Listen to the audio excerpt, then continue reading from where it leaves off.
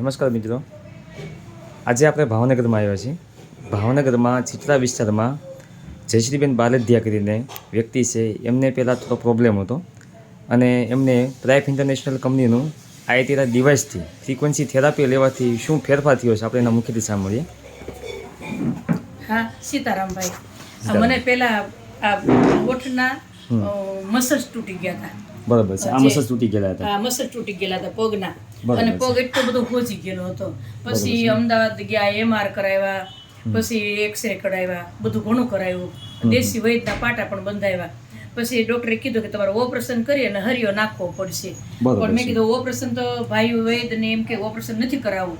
પણ પછી એમ કરતા કરતા મને મહેશભાઈનો આમ વાત કરી, અને હું તો આમ ખાટલાની અંદર એટલા દર્દી એવા પડ્યા હોય એમ આમ એવી પડી હતી જે વાઘરી હોતા હોય એવી રીતે નગોરની ને લીમડાની ને એવો શેક કરતી. એમાં મહેશભાઈ આવી ગયા. એ કે માસી, હું તમને એક આ મશીનથી થેરાપી કરી દઉં, તમને કેવું કરે છે એમ. તો મેં કીધું બહુ વિશ્વાસ તો પહેલાં ન આવ્યો મને. થાય છે કે કેમ થાય, વિશ્વાસ તો ન આવે. પણ 2 દિવસ 1 દિવસ લીધી તો એટલો બધો ફેર પડ્યો.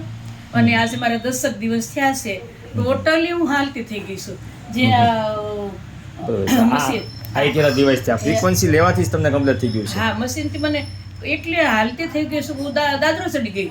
બરોબર છે. આ ઉપર બીજે માળે જઈ આવી. દીકરી કે બા મમ્મી તમને શું થયું? બધા એટલા રાજી થઈ ગયા, ભેટી ભેટીને મળ્યા કે બા આવ્યા એટલે 3 મહિને ઉપર હું દાદરો ચડી. બરાબર છે. ડોક્ટરે તમને શું કીધેલું હતું? ડોક્ટરે તેમ જ કીધું હતું કે ઓપરેશન કરાવવું પડશે, અને કદાચ પગનું ઓપરેશન કરી નાખીએ અને કદાચ નો સારું થાય ને એમ થાય કમરમાં નસ દબાય છે તો કમરમાં પણ મને એક દૂરબીનથી ઉતારી અને બોલ નાખીને ઓપરેશન કરવાનું કીધું હતું. આ 2 ઓપરેશન મારથી 2 ઓપરેશનથી મુક્ત થઈ ગઈ છું. બરાબર છે. અંદાજે તમારો ખર્ચો ડોક્ટરે કીધેલો કેટલો હતો? 2-2.5 લાખનો ખર્ચો કીધો હતો. પગનો ખાલી પગનો ખાલી 2-2.5 લાખનો ખર્ચો કીધો હતો. ઉપર જતા 35-40 હજાર રૂપિયા સરિયો નાખવાના કીધા હતા. પણ અત્યારે એ ટોટલી મને મશીનથી ખરેખર આ થેરાપીથી એટલા આશીર્વાદ રૂપ છું કે મારા દીકરા કે આપણા કોઈ ઘરના આવો સેવા ન કરી શકે. એ મને થેરાપી લેવાથી મને 10 દિવસમાં હું દોડતી થઈ ગઈ છું. અને અત્યારે હું તો સત્સંગમાં પણ જવા માંડી, અને મને બહુ સરસ છે. ધન્યવાદ છે મહેશભાઈને.